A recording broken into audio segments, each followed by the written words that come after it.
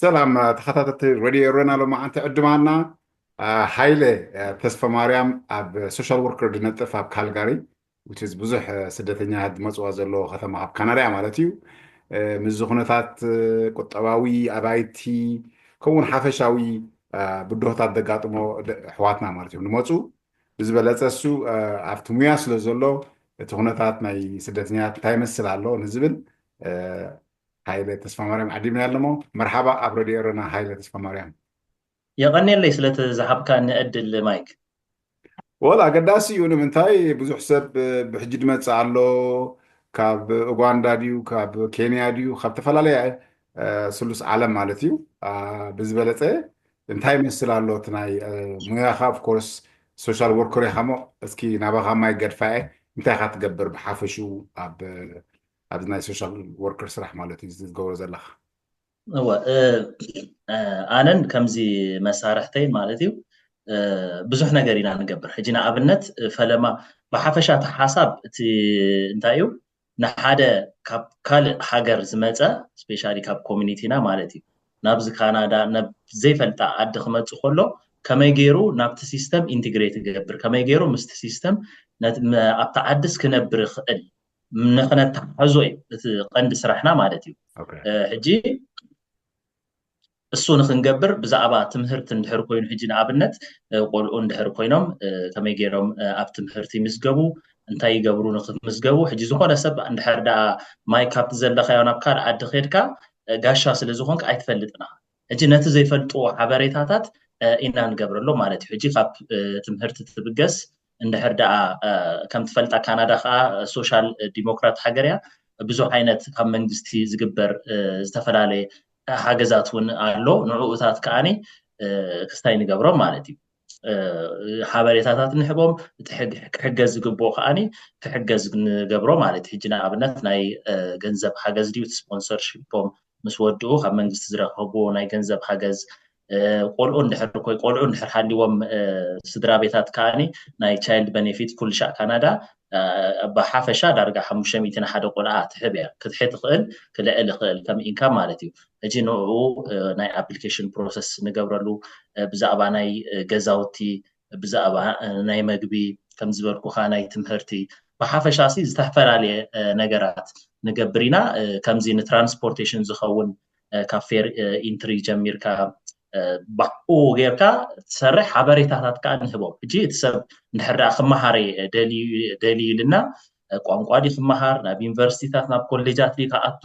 ሕጂ እንድሕር ዳ ከምቲ ሓሳቡ ማለት እዩ እንድሕር ዳ ከምዚ ክገብር ደልየ ኢልናኻ ንሕናኻ ነቲ መስመር ከዓኒ ናብኡ ዝኸደሉ መስመር ነትሕዞ ማለት እዩ ምስቶም ዩኒቨርሲቲታት ነተሓዞ ምስቶም ኮሌጃት እውን ነተሓዞ ኣገዳሲ ንብሎ ሓበሬታታት ነስንቆም ማለት እዩ መርሓባ እሞ ጠኒሓ ኣለካ ኣብዚ ሙያ እዚ ምሽ እወ ዳርጋ 4 ዓመተይ መርሓባ ብከመይ ትሪኦ ኣለካ ኣብ ሕብረተሰብና ፍላይ ኤርትራዊ ፃዓቂ እስካብ ክንደይ ብግምት ገምጋም ኣለወካ ዶ ንስኻ ብውልቀ ብዙሕ ክልዋ ክላ እንደ ናይ ሶሻል ወርከር ናይ ሰትልመንት ከመይ ኣሎ ዝሓለፈ 4 ዓመት ከመይ ርኢኸያ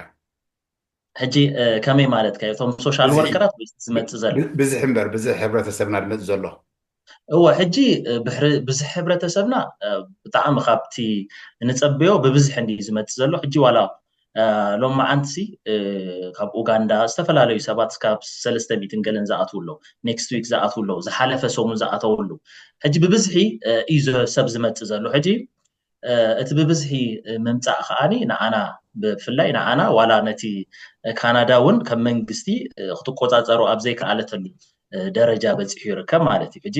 ንኸምኡ እዩ ሕጂ ዝሓለፈ ግዜ ዜናታት ተኸታቲልካ ትኸውን ኢኻ ማይክ እዚ ናይ ግሩፕ 5 ንሓደ ዓመት ጠጠው ከብሉ ብዝተፈላለየ ከዓኒ ብስቱደንት ቪዛ ዝመፁ ከዓኒ ካብ በዓል ፊሊፒንስ ቻይና ሕንድን ከዓኒ ጠጠው ኣቢሎም ይርከቡ ካብኡ ከዓ ገና ክስጋዕ 5-6 ሚልዮን ህዝቢ ከዓኒ ካብዚ ወርክ ስቱደንት ቪዝኦም ጠጠው ምስ በለ ከዓኒ ንክመልስዎም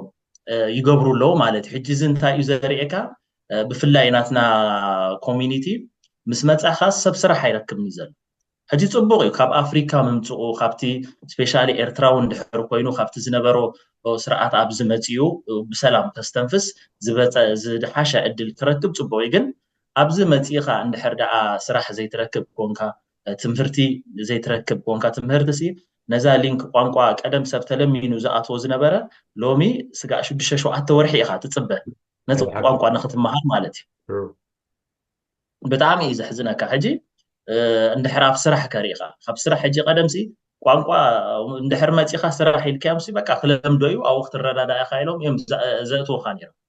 حجي نزخون عينة سرح بقى قانقوا أبلغ حجي بس حساب سلازلو خاني بفلاي نحنا خاني بتاريخ تفلتو يا خا قانقوانا انجليش هيكونا ولا بانجليزاويان سي 10 عامتنا تغزينا نمبر كمزي بانجليز قانقوا خم بقى كينيا ويست افريكا سايكونا اجي كابزون ويست افريكا خب كينيا ገለ ዝመጹ ሰባት ቋንቋ ኦሬዲ ስለዝመልክዎ ነቲ ስራሓት ኣብ ኢንተርቪው ዲ ኣብ ገለ ነቲ ናትና ኮሚኒቲ በሊጾም ርከቡ ማለት እዩ እጂ ናትና ግን ካባኮም ካብ ኤርትራ ጀሚርካ እቲ ስርዓተ ትምህርቲ ድኽም ዝበለ እዩ ካብ ወፂኻ ከኣኒ ናትና ድኽሞትን ከም ስደተኛታቱን ኣለና ኣብ በዓል ኣፍሪካ ምስከድካ ዳርጋ መብዛሕትኡ ሰብ ኮፍ ኢሉ ግዚኡ ዘሕልፉ ሓደ ክልተ ኢኻ ትቆፅር ትዝመሃር ማለት እዩ دخاني تماهيرو قانقو ديفلوب زغبر اوف كورس نا ويسترن هاجرات نا معرابان هاجرات متي اندا بلسي قانقو امعراري قانقو غيزي قتيلو 3 عامات البروسيس كتبخلو 3 عامات زمهار ايترين ولا بروسيس جميل والله هجي بتعم بزح حسابي زلو نت غيزي خاصي بزح اب زي كاي تطقمنالو اب كستاي نخ اب كنت ناس حجي السوتات كاني واقف فلنا بزمس مصخه ابزمس مصخه حجي خاطي تبوا لها كابتي ابز صقما دغاطمكم انت ببل حذريت لخو تناي قانقوا كابتي سخاتكم تغورو مثال حجي بحدا نغلصو نحركوينا حدا سب قانقوا نخمزغب ناباكم مصلو ابصراحكم حجي نخمزغب نتي سكند لانجويج مالتي اسكي بو نجمر حدا تشالنجين وي درما بدوتا دغاطمو زلو سدتنيات ولا نتقانقوا نتا بيزك انجلش نخرخبا يو صقما دغاطمو زلو حجي ازي سخاتكم سيرفيس عليكم مش ازي كما يسرح هو ان احنا انتي نقبر فلما نابت بيت تمرت ابتناتنا نسرحلو بيت تمرت لي اوصل له بيت تمرتي كامرسي بيت تمرت لي ግን انتي هتقبر فلما لينك اسس كتقبر عليك تفتن عليك عليكم immigration services او ليفل كاتفتن كاب ليفل 1 سقاب ليفل 80 زلو እቺ ታ ሌቨል ካብ ምስ ነገሩኻ ምናልባት ናባና ክምድቡኻ ቆሉ ኣብ ተፈላለየ ቦታታት ከም ከባቢ ኻሪኦም ከኣኒ ይምድቡኻ ማለት እዩ እጂ ንሕና እንታይና ንገብር ነቲ ኣባና ዝተመደቡ ሰባት ኣብኡ ግዚኦም ተጸብዮም ኣብኡ ክመሃሩ ይግበር ማለት እዩ ኢንፋክት ብዙሓት ሓበሻ እዮም ኣብቲ ቤት ትምህርትና ዘለው ኣጻሊ ከኣኒ እንዳወሰኸ እዩ ዝኸይድ ብዙሓት ከኣኒ ይመሃሩ እዮም ስድራ ዘለዎም ሕጂ ኣዴታት ወይ ቆልዑት ዘለዎን نقولعتن اللي ديكير عينات قال لكم دو هو زيتات على جد نحر او قولعن نحرنا عشتو خوينم او تمحاراي كونكا منغستون سبسيداي سلاز غبركا او خادي كيرا لنا قولو تمها نعشتو قولو او غديفكا نتم دقخا مالتي سخات محرتتو ال تمرت مسوصا خاني حسكام تمت እዚ ሕጂ እቲ ምድንጓይ እምበር ከምዛ ዓይነት ሰርቪሳት ኣሎ እዩ ኣባና ጥራሕ ከይኮነ ኣብ ካልእ እውን ኣሎ እቲ ቤንችማርክ ሕጂ ስኻ ከምትብሎ እንታይ መስልቲ ቤንችማርክ ክህልዎም ከሎ ክጅምሩ ናባኻትኩም ሕጂ እቲ ሌቨል ሕጂ ዋላ ሓንቲ ሌቨል 1 ኩን ሌቨል 2 ኩን ሌቨል 3 ኩን በታ ሌቨል ይዘለና ንሕና ሕጂ ሌቨል 1 ሌቨል 2 ሎ ሌቨል 3 ሎ በታ ሌቨል መጽዮም እዮም ኣባና ዝመሃሩ ማለት እዩ ጅም ዝተፈተኑ በታ ሌቨሎም ሪጎኦም ተጸብዮም ኣትዮም ከመሃሩ ክእሉ ማለት እዩ so to waiting list ዳቢ ብዝሕ ስለ ዘለኩም ያ waiting list ንኸይድ ዘሎ هو waiting list ሕጂ هو ማዓት ሰብ ይዘሎ ሕጂ ሓደ ሰብሲ ብውሕዱ 6 ወርሒ ይጽበ ናብቲ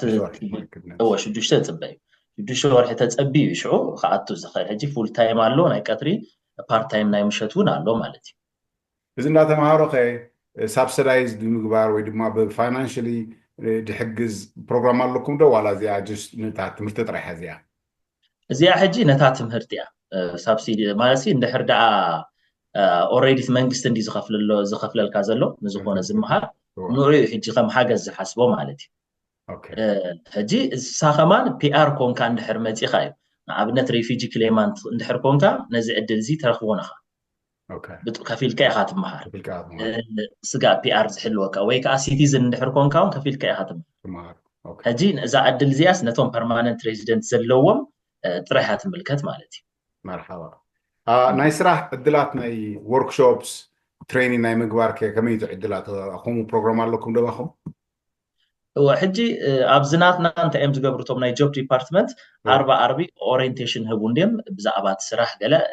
كم يجير كسراح تدلي كأبي كير كأبلاي تجبر زبل أورينتيشن علوهم هجي نزل أورينتيشن زي تاخدتي لهم كأني إيميل كأجبرول كأ إيميل جبرول كأسفون عينت ناي جوب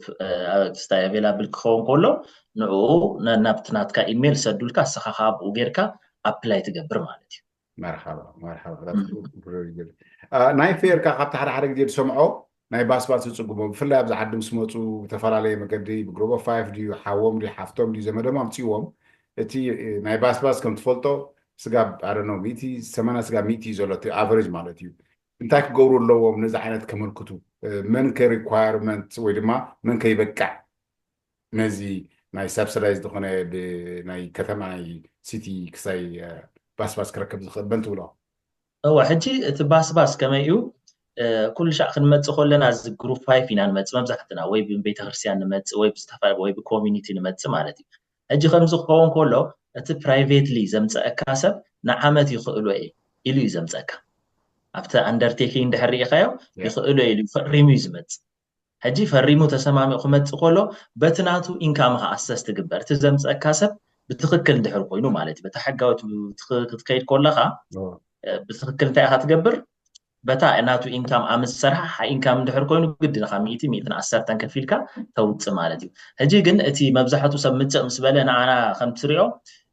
ولا يخلك الو يمصأ كامبر بتخكل اتي زلنا خستيات نردو اينا بتخكل نعها عامت امتيو وغزا خراي كان قلب كان قله خفيلو زمت سبونسر يله نخ حجزك كايلو نابزي ازمصك مالتي هجي ابز مس مصخا خاني تسبق بناتو تخاريو قله يزوت هجي اندحر تخاريو جن نحر تخاريو بين إز كار زلخو يلو أدراشة مش بكا بتا أدراشة تافير إنتري ليتر كان هبون إحنا مالتي جي تافير إنتري ليتر نهبو 4 قرشي يخون له مالتي خندمي تنقلن صافي بربع قرش نا بربع ورد شو إنكم ندحر دا أسريحو جي مارش أمود داتا إندو فبراير ويكام مجمر تاناي مارش ناي 2024 ما تاكس خنسر هنا تاكس مساسر حساب الزخاني most probably انتاي low income تحت income مستحت زبالة شو بحموش تقرش خانة عملت كوتي خيل مالي اوكي يو هجيت هان احنا نهبو دبدابي تا فير انتري ليتر سقع تا في تاكس سقع از سرح سقع حموش تزخفل كند 110 تنزخفل 4 انا خفل لنا تا ليتر نقبرلو مالتي لحالة تاكسي مسرحها بتناتو تاكسي إنكا أتاوي ريخم يخم كبكا أخذ دو depends ديو ولا هو باند لو هجي A تبل B تبل C تبل D تبل مالتي هجي بتن إنكام مستفل على هجي زين إحنا يكوننا ناوتينا سيتي أوف كالغاري وتيو بت سيتي إنكام بتناتو رينج نخير مالتي أنا بحكم برا مالتي بيزيكلي تحاور يحمل دلهم بر تحديتي سبونسر دقبور سبيو كعلي الجبو مش هو undertaking عند حدا أحد سبعة متيكا سبونسر غير متيكا نحدا عمت بجروب 5 بكوميونيتي تمتي السيونات كحلاف النتزوس اوكي عند حدا بمرأة خاطر مرأة خامت خان 3 عمت كاني بمرأة زمت كاسب حلاف النتزوس مالتي اوكي واحد ويل تيكن سو ابزي تات حجي تشالنج تات تريدو مز تلو زلا حجي صقمات كيمصلو ابزو سمصو كمزو خوينه بشالكا تدم صان سب እዚ ገጢምኒ መንበር የብለይን ገለድ ብልከ ፀገማት መጻኩም ደው ይቅልቀል ደባኹም በከስማዕ ኣብ ደገ ይስማዕ ብኮሚኒቲ ሊመጽ ብግሩፕ 5 ሊመጽ ኣብዝም ሰምጽዎም ዳልዮም ሱኑ ቤዚክሊ ይመጽ ይታት ከይመጽኹም ደው ካውንስሊን ዓይነት ኣለኩም ደኹም ዛ ዓይነት ፀገማት ከምጽ ከሎ هو حجي نحنا كم كونسلين ثيرابي كونسلين علنا نديغن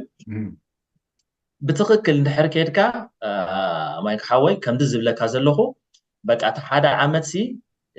كتمص خلخان حدا سب كتفرملو خلخا هو انا حدا عمت يخلو يلك اخا تمص حجي نعات جبرا ندحركم كاغن زي كله سب اي ممصنير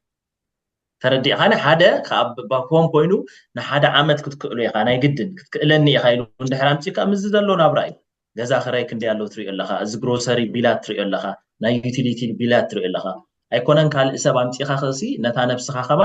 ነታ ቢልካ ከፊልካ ምንባር ኣብዚ ግዜ ፅቡቕ ነገር እዩ ማለት እዩ ስለዚ እንድሕር ብትኽክል ከም ኣኸና እዚ ኩሉ ካብ ኣፍሪካ ዝመፅእ ዘሎ ሰብ ኣይመፀን ማለት እዩ ሕጂ ግን እቲ ሰብ ይፍርመልካ በታ ኮሚኒቲ ገብረልካ ምስ መፀኻ ከዓኒ ከም ግስታይካ ትኸውን ማለት እዩ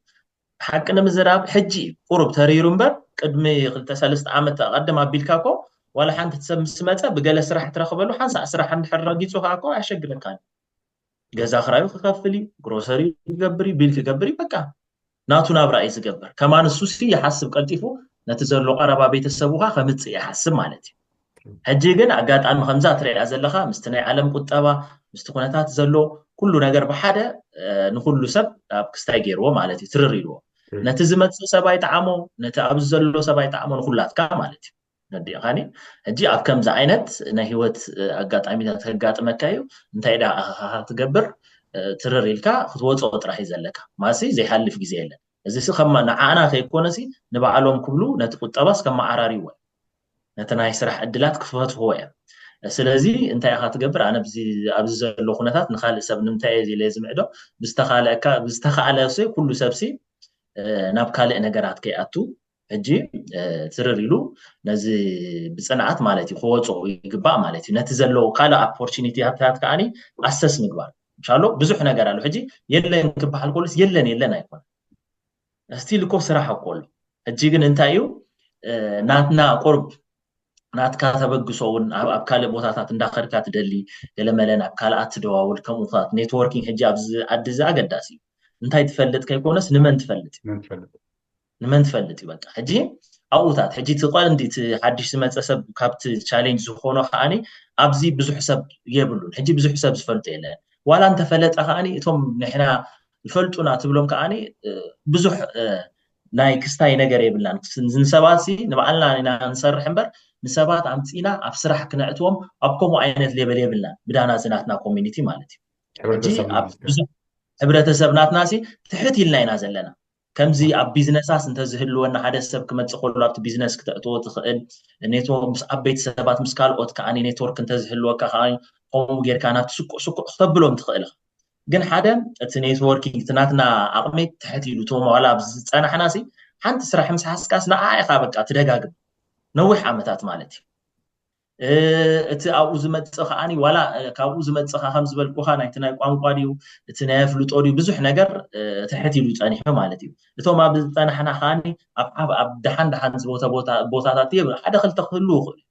ግን መብዛሕትና ግን እቲ ትሕት ኢሉ እዩ እቲ መነባብሮና ማለት እዩ ሕጂ መሊስካ ከዓ ሰብ ክመፀካ ከሎ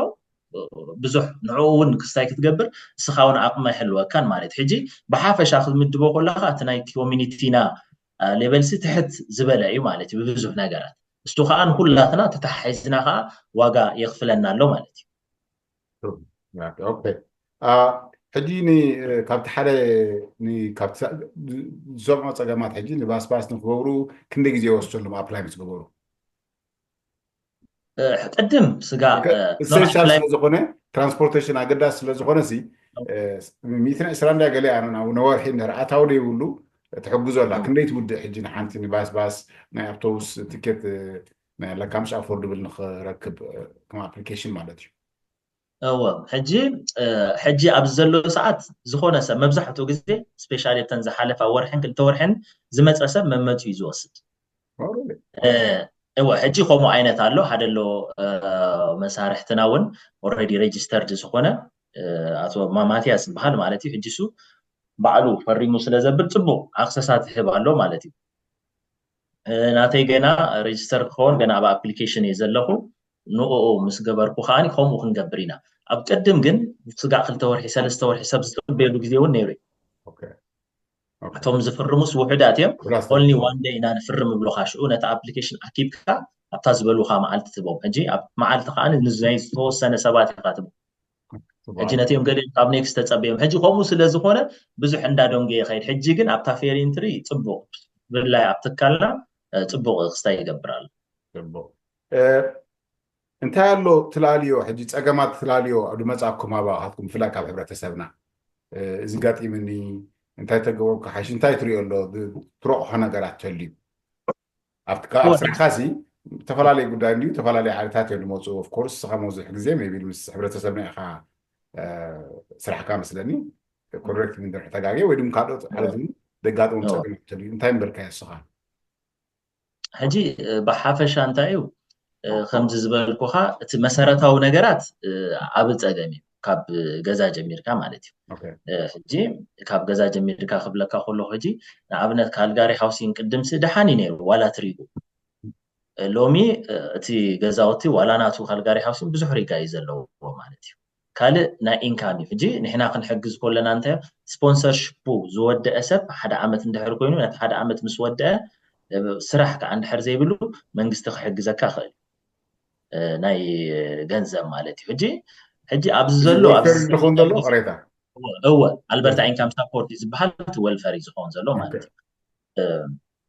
እቲ ኣብዚ ዘለናዮ ግዜ መሰረታዊ ነገር እዩ እቲ ቀንዲ ሽግር ኮይኑ ማለት እዩ ካብቲ መሰራዊ ነገር هو ካብ ሼልተር ካብ ገዛ ጀሚርካ ካብ ገንዘብ ጀሚርካ ካብ ግሮሰሪ ጀሚርካ ሕጂ ብኣብኡ ኢና ሞር ኣብ ዶኔሽን ዶ ኣብ ፉድ ባንክ ዶ ኣብ ገለ ኢና ግዜና ነሕልፎ ማለት እዩ እንዳሓገዝና ካብኡ ተወሳኺ ካብኡ ውፅእ ኢልካ ግን ሕጂ እዚ ኩሉ ናብ ምንታይ እዩ ዘምርሐካ እንድሕር ኢልካ ኣብ ሓዳር እንድሕር ሓሊኻ ነቲ ሓዳር እውን ሓርጎፅጎፅ እዩ ዋላ ሜንታሊ ስትረስ ፈጥረልካ እዩ ሕጂ ሰባት ኣለው ንዓይ መፅኦምሲ ክንምለስ ንደሊ እንታይ ትሕግዘና ዝብሉን ኣለው ዲኻኒ በቃ ክንምለስ ኢና ንደሊ ኣብ ሕጂ ቀስ ኢልካ ምስ ዕለልካ ኦፍኮርስ እቲ ስምዒቶም ትዘለዎ ኩነታት ከም ዘይጠዓሞም ትዘለዎ ኩነታት ንኡ ንኸምኡ ከብሉ ከም ዝደረኾም ዝርዳእ ኢኻ ግን ካብቲ ዝነበርዎ እዚ ኩሉ ተፀቢዮም ዝመፅዎሲ ፍታሕ ከም ዘይኮነ ከዓኒ ተረድኦም እቲ ውሳኔ እውን ናቶም ይኹን እምበር ሕጂ ከምዚ ኣብ ስምዒት ኣቲኻ ኣብ ከምኡ ዓይነት ውሳኔ ምእታው ፅባሕ ከጣእሰካ ከም ዝኽእል እስኻ ተሪኦም ማለት እዩ እንታይ እዩ ኣብኡ ከይዶም እንድሕር ደኣ ዘይሰርሑ ኮይኖም ስቲል ካብ ኣሕዋቶም ካብቶም ኣብ ደገ ዘለው ዝፅበዩ እንድሕር ኮይኖም ኣሕዋትካ መፅኦም ኣብዚ ደረጃ ዝብፅሖምካ ተመሊስካ ኸ ቀፃሊ ንዓኻ ወርሒ ወርሒ ክሕግዙካ ክእሉ ዶ ተረዲእኻኒ ሕጂ ብዙሕ ነገር ኣሎ ሕጂ እቲ ሰብ ኢሞሽናሊ ብዙሕ ዝሕሰ ሰብ ኣሎ እዩ ገለ ኣሎ ሕጂ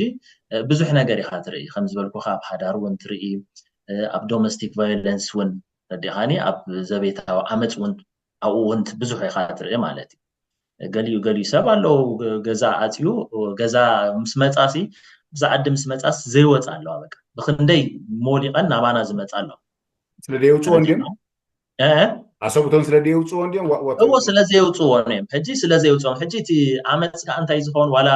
ሕጂ ናይ ገሊኦምሲ ዋላ ብግሮሰሪ ዋላ ብምግቢ እዩ ዝኸውን ተዲኻን ስጋ ክንዱ ደረጃ ዝወረዱ ኣሎ ንክንደይ ዓመታት ብድሕሪኡ ዝመፁና ናባና ማለት እዩ ነዲኻኒ ኣብ ማሕረምቲ ኣሎ ኣብ ገለ ኣሎ ሕጂ ብዙሕ ዓይነት ኣብ ከምኡ ክስታይ ኢኻ ትበፅሕ ማለት ሕጂ ዝተፈላለዩ ሕጂ ኩሉ ሻ እቲ ዘለኻዮ መነባብሮ እንተዘይጥዒሙካ ናብ ካልእ ነገር ኢኻ ትኸይድ እቲ እሱ ናቱ ስትረስ ፈጥረልካ እቲ ስትረስ ሽዑ ናብ ኢሞሽን ይቕየር ሽዑ ክትሓርም ዲኻ ክትሕረም ዲኻ ናብ ካልእ ኣብ ዘይተደለየ ሓደጋታት ተኣቱ ማለት እዩ ሕጂ እዚ ኩሉ ከዓ ብሕጊ ምስ ተተሓዘ ኣብ ካልእ ምስ በፅሐ ከዓኒ ነቶም ቆልዑ ጥዑም ኣይኮነን እታ በዓልቲ ቤት ጥዑም ኣይኮነን ነቶም ሓዳር ዝመርሑ ሰብኡ ጥዑም ኣይኮነን ንኩላትካ ኣይጥዕመካኒ ማለት ሕጂ ናብ ካልእ ነገር ሕጂ እዚ እውን ብሓፈሻኻ ከምዚ ዓይነት ነገር ከዓኒ ይመፀና እዩ ማለት እዩ ናይ ብሓቂ እምበር ኦፍኮርስ ፀቕጥታት ደምፆ ነገራት እዩ ዝተፈላለየ ነገራት ደምፆ እንድዩ ኣብ ፓስፖርት ናይ ምምላእ ትራቭል ዶክሜንት ናይ ምምላእ እውን እንድሕር ሓድሽ ስደተኛ ኮይኑ ትገብሩ ኢኹም መስለ እንተለይ ተጋጊ ንሕና እንታይ ንገብር መስለካ ከምኡታት ኣብቲ ግሊ ዝግበሩ እዮም ዝገብሩ ኦፍኮርስ ሕጂ እንታይ መስለካ እንድሕር ደኣ ከምኡ ኣብቲ ናይ ኢሚግሬሽን ጋይዳንስ ንህበና ኣይኮኑን ከምኡ ሲ ዋላ ኣብዚ ናይ ፒኣር ሕጂ ከምዚ ፒኣር ኣድሬስ ክትቅይር ኣብ ፒኣር ኣፕላይ ክትገብር ወይ ዋላ ሬፊጂ ክሌማንት ኮይኖም መፅኦም ፒኣር ኣፕላይ ክትገብር ከለኻ ንውሕ ዝበለ ክስታይ እዩ ዘሎ ሕጂ ኩሉ ንሕና ከም ትካል ኣይፍቀደልናኒ ኩሉ ብሓላፍነት ወሲድና ክንገብሮ ማለት እዩ ንምንታይ እንድሕር ጌርናዮ ገለ ዝኾነ እንድሕር ኣጋጢሙ እዚኦም እኮ እዮም ተባሂሉ ክመፅኦም ኣይደልዩን እዮም ብፍላይቶም ሓለፍቲ ማለት እዩ ግን እንታይ ኢኻ ደሊኻ ሓደ ሰብ እንድሕር ትራቨል ዶክመንት ደልየ እንድሕር ኢልና ترافل دوكمنت كمي كم زجبر كنريو نخل نتنز ملا فورمات برينت غيرنا خنبو نخل دعاية تبسو مالتي هو خم عينت كن نجبرينا مرحبا مزق تقولتو أنا حاجي في اللعب كالجاري حبرة تسوي كوميونيتي انتاي قدها تصعد الكات حسب وي كم يرفعون أنا حاجة حرارة زي يوتيوب زعلا كندا حما أقول دوزارو سوات على ولا كندا ديلو خمان وزير نجذب دي نخالق ديو زير كا ساعات ريو خلقها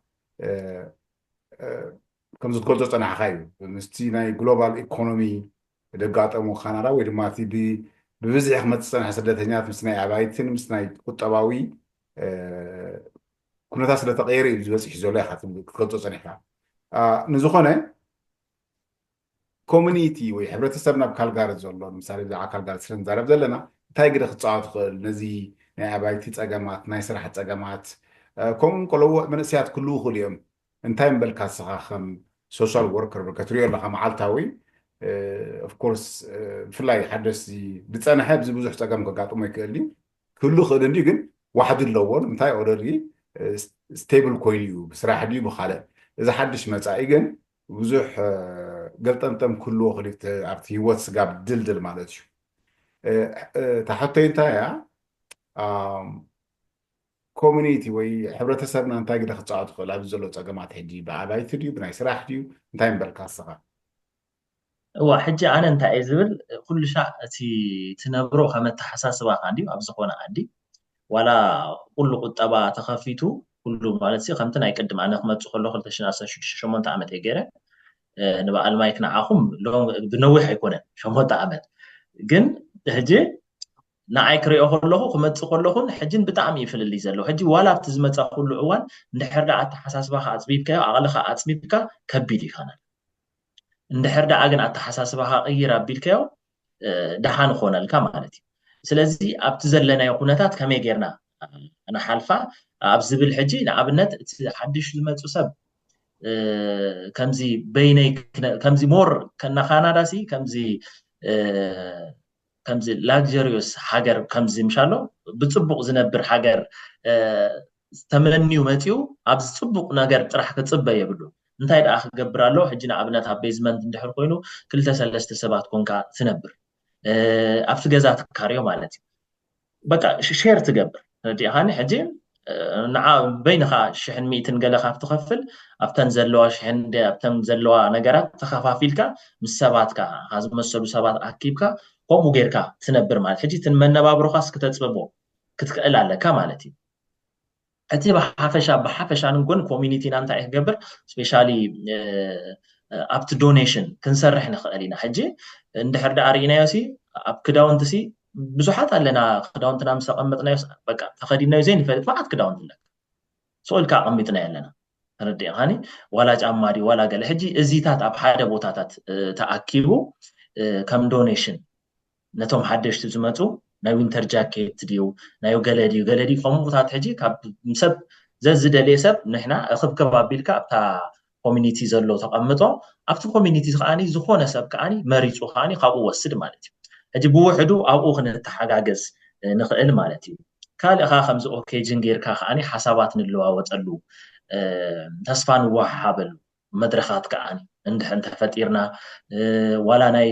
በባ 5 ቅርሺ ድዩ በባ 10 ቅርሺ ብምኽንያት ክሪስማስ ድዩ ብምኽንያት ገለ ኣመኽኒኻ ገለ ፋሚሊታት ዝሕገዝሉ መድረኽ ምፍጣር ሕጂ ሓገዝ ዘልዮም ከምዚኣ ፋሚሊ ኣለዎ እንድሕር ኢልና ነቶም ፋሚሊ ማይ ከዓነ ነዛ ፋሚሊ እዚኣ ከወስዳ እየ ነዛ ክሪስማስ ተይልካ ገለ ጊፍትታት ትህቦም ማለት እዩ ወይ ብክዳውንቲ ድዩ ወይ ደለ ካብቲ ዘለካ እንዲኻኒ ግድን ኣይኮነን ሓድሽ ዝኸውን ሕጂ ኣብ ከምኡታት እንተንሰርሕ እንተንተሓጋገዝ ቀንዲ ሞራል እዩ ዘምግሮ ሰብ ኣብ ከምኡታት እውን ግዜና እንተነሕልፎ ሓበሬታታት እንተንለዋወጥካ ዝሓሸ ኮይኑ ይስምዓኒ ማለት እዩ ፅቡቅ እቲ ኣብ ደገ ዘሎ ሕጂ ኣብ ኡጋንዳ ድዩ ኣብ ኬንያ ድዩ ኣብ ኢትዮጵያ ድዩ ኣብ ሱዳን ድዩ ዘሎ ስደተኛ ከም ስኻ ኣብዚ ሙያ ዘለኻዮ ትፅቢቱ እታ ኩሉ ኣለዎ ወይ ድማ እታ ክገብር ኣለዎ እናተፀበየና ካናዳ ክንመፅእ ሕጂ ክንቲ ዓንተ ወይ ጠቐስካዮ ናይ ቋንቋ ብድሆታት ብዙሕ ኣለና ኢልካዮ ካብቲ ሓደ ከዓ ሪኳየርመንት ኣብዛ ሓደ ከዓ ብፍላይ ብግዜ ቁጠባ ዝኸፍኣሉ ግዜ መሪፆም እዮም ዝወስዱ ቋንቋ ድመለኽ እዩ ንሓደ ሰብ ድፅበ ዘሎ ሕጂ እንታይ ማዓድካዮ ኣብቲ ዘለዎ ዓዲስ ካብ ድመፅእ ንኸናዳስ እንታይ ክገብር ኣለዎ هو حجي اتازبلقوا قرب حصر هبيله خدغما كل شيء نفسها تمعبل عليك حجي ابزناي زلنايو زمن كابيتاليزم سي كل شيء ابيت يدلي بكل مدايكا مالتي نحنا كمان كابتا زلنايو حجي كل شيء عند حد انا رسنا عند لوطنا عند حد زي كيدنا بتكنولوجي دي بتمهرت دي قال ابا تطوينا لنا نصرف مالتي حجي كل شيء عالم كاني اندا تنقساقسيات تخيد زلا ስለዚህ እንዳማዕበለት ስለትኸይድ ኩሉ ሻዕ ምስቲ ግዜ ከዓኒ ነፍስና ኣብዴት ክንገብሮ ኣለና ሕጂ ኣብቲ ኣፍሪካ ዘሎ ግዚኡ ብጥንቃ ክትጥቀመሉ ይላብዎ ማለት እዩ ካብቲ መሰረታዊ ነገር ካብ ናይ ቋንቋ ጀሚርካ ብውሕዱ ተኽኢሉ እንተነፊዑ ኣብ ኮሌጃት ኣትዩ ናይ ነርሲንግ ድዩ ዝተፈላለየ ኮሌጅ ኣትዩ ክመሃር ክኽእል ኣለዎ ማለት እዩ እቲ እንድሕር ኣብኡ ደረጃ እንድሕር ዘይበፅሑ ከዓኒ ካብተን ዝሽረፈን ኣብቲ ዝሽረፎ ገለ ነገር ኣቢሉ ከዓኒ ቋንቋታት ተማሂሩ ከማዕብሎ ኣሎ እንደዘይ ኮይኑ ኣብዚ ኣመፂኻ ብዘይ ቋንቋ ከባድ ፅልምት እያ ትብለካ እዲኻን ምዳና እንድሕር ዝኾነ ሰብ ንዓኻ ጆኻ ዝብለካ ኣብ ጎንኻ ሰብ እንድሕር ዘይብልካ ከቢድ እዩ ፀልማት እዩ ዝኾነካ ሕጂ ነቲ ፀልማት ክትጋልሆ ከዓ ደብዳቤ መፂካ ነታ ደብዳቤ ዘይትርዳእ እንድሕር ኮንካ ንዓኻ ዓብይ ክስታይ እዩ ዝኾነካ እዲኻን ስለዚ ኣብዚ ኢኻ ነዊሕ ዓመታት تقبر كم تقبر عمينكا نتي قوانقا تشالنج تقبر مردادي ما تفلتت هيكون قوانقا اوف كورس جن نتي مردادي تمهارو لك بستخا على كامت انسخ تما عبلو لا كخلو لهم زخونه مالتي اجي تا مسرتاويت ነገር ናይ ቋንቋ እንድሕር ቋንቋ ኸኢሎም ውፅእ ኢሎም ባዕሎም እኮ በዚ ኸይዶም ብዛዕባ ስራሕ ክሓቱ ክእሉ እንታያሉ ሓበሬታታት ከማዕርዩ ክእሉ ከይዶም ኣብቲ ባንክ ተዘራሪቦም ባንኮም ከፊቶም ስታይ ክገብሩ ክእሉ ኣብ ዝኾነ ነገር ማለት እዩ ኣብ ሴትልመንት ሰርቪስስ ክኸዱ ክእሉ ኣብ ዝኾነ ኣብ ሴኩሪቲ እንድሕር ሪኢኻ ኣብ ዝኾነ ስራሕቲ ከድካ ቋንቋ እንድሕር ሓሊካ ብስቶም ካልኦት ዓለም ካናዳ ናይ ፃዓዱ ጥራሕ እውን ኣይኮነትን ናትና ጥራሕ እውን ኣይኮነትን መዓት ካብ ዓለም ዝመፅእ ኩሉ ሰብ እዩ ዘሎ ኣብዚ ሓንቲ ታመረዳዲ ኢኻኒ እንግሊሽ ማለት እዩ ኦፍ ኮርስ ፍሬንች ግን ብዙሕ ሰብ ዝጥቀመሉ የለን ኣብ ዘለና ከተማ ኣብ ካልእ እዩ ዘሎ ስለዚ እታ ናይ ቋንቋ ነገር ክፈትሕዋ ግዜኦም ክጥቀምሉ ኢላ ካብኡ እንድሕር ሓሊፎም ከዓ ደስ እንዳበለና መፅሓፍቲ ኣንቢቦም ዝተፈላለየ ኮርሳት ከዓ ክወስዱ ከዓኒ ይላብዎም ማለት እዩ ስለምንታይ እታ ናይ ሎሚ ግዜስ ኣይክረኽብዋን እዮም ግዜ እንድሕር ሓሊፉ ክትመልሶ ይትኽእልን እንድሕር ዕድሜን ግዜን ምስ ከደ ከዓኒ ሓላፍነት እንዳወሰኸ እዩ ዝኸይድ እጂ ብዙሕ ነገራት ናትካ ጥራሕ ዘይኮነ ናይ ካልእ ዋጢጡ ናይ ስድራኻ ናይ ቆልኡ ናይ ገለ ንዩ ክመፀካ ኩሉ ምስተፃዕነካ ከዓ መሊስካ እሞዓልካ ንዑ ግነታ ንእሽተይ ነገር ከይገበርካ ተሓልፈካ እሞ ኣሕ እንዳበልካ ከዓኒ ግዜኻ ተሕልፎ ማለት እዩ ስለዚ ኣብ ከምኡካ ምብፃሕ ብንዑስ ዕድሚኦም ኣብ ተፈላለዩ ዘለዎ ዓዲ ንክመሃሩ ኣነ ፀቂደ ክዛረበላ ዝኽእል ማለት እዩ በዚ ጋጣሚ እዚ ናይ ትማሊ እዚ 2-3 ቀን ዝወፀ ናይ ኢሚግሬሽን ናይ 20% ሪዳክሽን ምጉዳል ብሓፈሹ ናይ ሬፊጂ ፍላይ ካብ ኦፍ ኮርስ ኣብ ግሩፕ ኦፍ 5 ተኮረ ፕራይቬት ናይ ትምህርቲ ናይ ገለን ንዓኻትኩም ዱ ዩ ቲንክ ንስኻ ከም ሶሻል ወርከር እዚ ቁርትለይ ነቲ ዘሎ ፀገማት ናይ ኣባይቲን ናይ ስራሕትን ቁርትለይ ኣብ ስቴብላይዝ ገብረልካ ትሓስብ ዶ هو أنا يأمني أنت مسلك كرجاوي هجي of course كل سب هجي خمت يدلنديو جن ما تيخان حردا أب إثيوبيان أب أوغندا كلتم إتي قالنا يجزا خراي تخفلنا بركة أبزي شحن قالن بزي سرح كاب تخفل أبتزل لخي نفس خان دام عبالك سجع زخون مصلح زحاشي نمنتاي الزخونات زلخونات كرجاجا تراح يزلو على أمارات إلنا ስለዚ ነዚ ነትና ኢሚግሬሽን ዘይምምፅኦም ከዓኒ ንግዚኡ ከረጋግዑ ስለምንታይ እቲ ዘሎ ሰብ ብዝተኸኣለ ኣብቲ ዝተኸኣሎ ቦታታት ኣትዩ ክፀንሕ ማለት እዩ